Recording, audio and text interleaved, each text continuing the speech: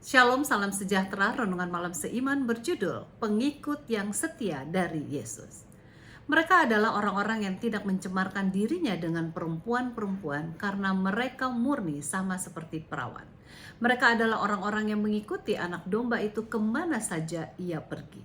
Mereka ditebus dari antara manusia sebagai korban-korban sulung bagi Allah dan bagi anak domba itu.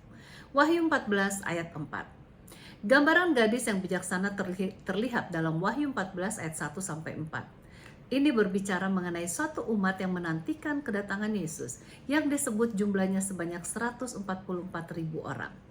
Mengenai jumlah bukanlah hal yang perlu diperdebatkan, sebab ini bisa saja dalam bentuk lambang ataupun jumlah yang sebenarnya.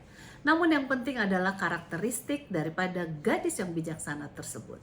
Pelajaran renungan kemarin malam menunjukkan bahwa gadis yang bijaksana itu adalah orang yang dipimpin Roh Kudus, mencari kebenaran serta memiliki kebenaran Kristus. Nah, di ayat inti di atas, gadis yang bijaksana digambarkan sebagai mereka yang tidak mencemarkan dirinya serta mengikuti anak domba kemana saja ia pergi. Mereka juga telah ditebus dari antara manusia. Apakah artinya ini semua? Mereka adalah orang yang telah ditebus oleh Kristus, di mana keselamatan mereka hanya dengan bergantung sepenuhnya kepada kasih karunia Allah yang mereka percayai melalui iman. Namun penebusan Yesus bukan hanya berhenti di situ saja. Mereka terus mengikuti anak domba itu kemana saja ia pergi. Dengan demikian mereka itu adalah pengikut Yesus Kristus yang menurut apa saja yang dikatakannya. Itu berarti mereka senantiasa memandang akan tabiat Kristus yang kudus, serta penuh dengan kasih dan belas kasihan itu. Mereka terus mengikuti Yesus dalam pelayanannya. Ini berarti mengikuti Yesus dalam berdoa, dalam ketergantungannya yang berkesinambungan kepada Bapanya, dan dalam seluruh langkah hidupnya.